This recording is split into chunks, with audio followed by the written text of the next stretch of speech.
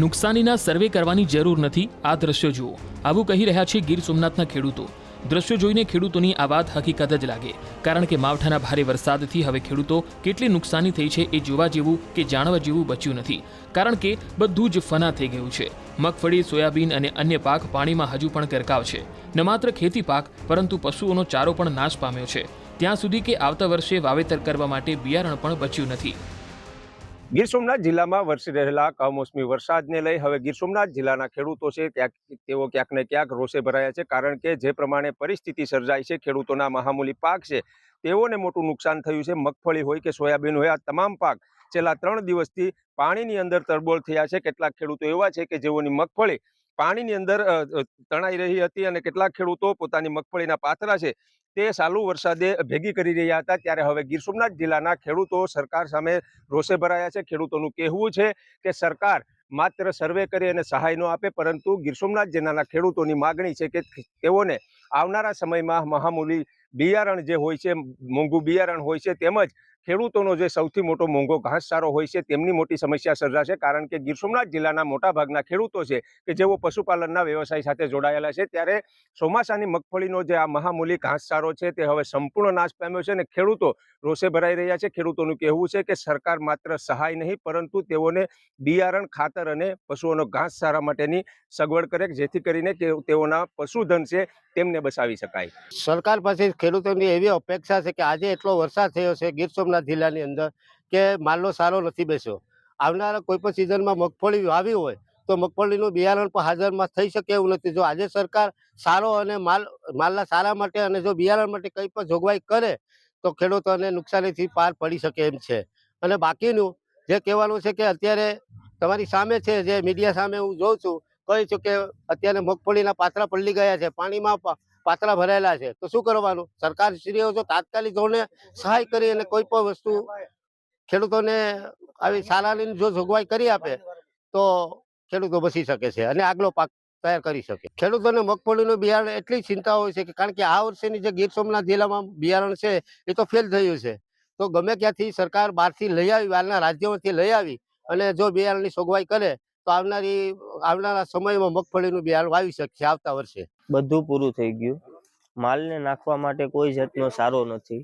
અત્યારે આખર હાલે અત્યારે કોઈ જાતનું હુકલ હોય નહીં. આની આશા ઉપર હતા અમે, એ બધી પણ અમારું અત્યારે આ જો પલ્લી ગયું છે.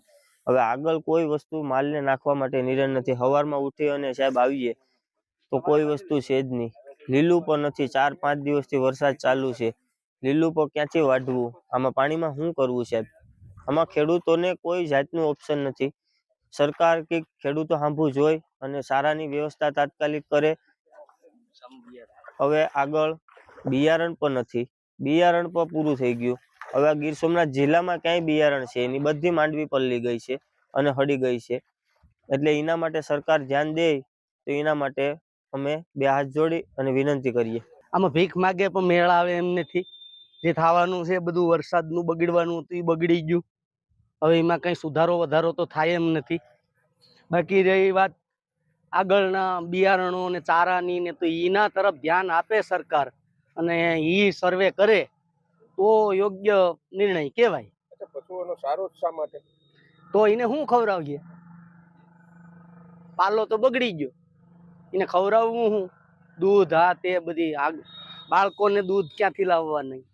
આવનારા ભવિષ્યનું વિચારતા હોય તો ચારા તરફ ધ્યાન દેવું પડે. અને બીજા નવા વર્ષનું વાવેતરની તૈયારી કરવી હોય તો બિયારણ તરફ ધ્યાન દેવું પડે. બાકી એના 2000 રૂપિયા ને એની આ હેક્ટર દીઠ સહાય કામ લાગે એમને ભાઈ. શોખીન સટ વાત છે. એને સાંભળવું હોય તો સાંભળે, સર્વે કરે કે ન કરે, બાકી વાસ્તવિકતા સામી છે. બાકી સેટેલાઇટ ઇમેજથી જોઈ લે કે ગીર સોમનાથ જિલ્લાની પરિસ્થિતિ ખરાબ છે જ. આ પાણી ભરાય, આ સમાચાર માધ્યમો છે. ગામડે ગામડે ડીઝલ ને પેટ્રોલ બાળવા કરતા એક જગ્યાએ બેસીને નિર્ણય લઈ લેવાય કે ભાઈ આમ કરવાનું છે. ખાલી ખોટા ખર્ચાઓ કરવાથી કંઈ થવાનું નથી.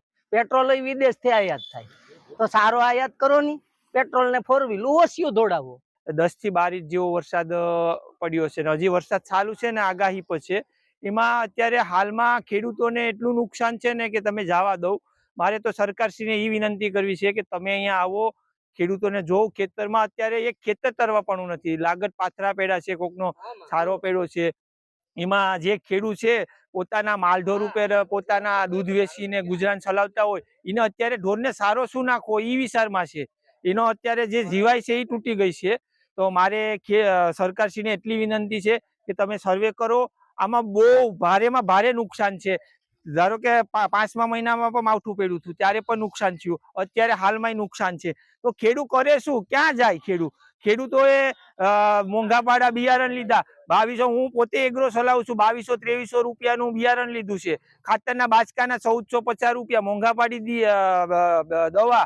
પછી પાછો અત્યારે જે લણણી કેરીમાં 500 રૂપિયા દાડી, થેસર ભાડું 1 કલાકના 1000 રૂપિયા. એનો ખર્ચો શું? 1 વીઘે 25 થી 30 હજાર રૂપિયાનો ખર્ચ થાય. ને મારે તો સરકારશ્રીને એવું કેવું છે કે તમે જોવો ને ખેડૂતોને તમે લાણી નહીં આપતા કે ભાઈ એટલા આપું. તમે જો હકીકતમાં શું છે વાસ્તવિકતા. કેમ કે 5મા મહિનામાં માર પડ્યો છે, અત્યારે માર પડ્યો છે, અત્યારે તો હાથમાં આવેલો કોળિયો છૂટી ગયો છે.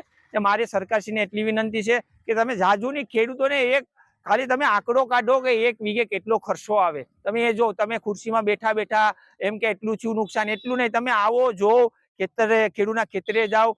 અત્યારે ખેડૂતોને બહુ નુકસાન થયું છે, સારો બગડી ગયો છે. માંડવી પર અત્યારે જો તમે જોઈ શકો છો માંડવીનું પૂરું થઈ ગયું છે.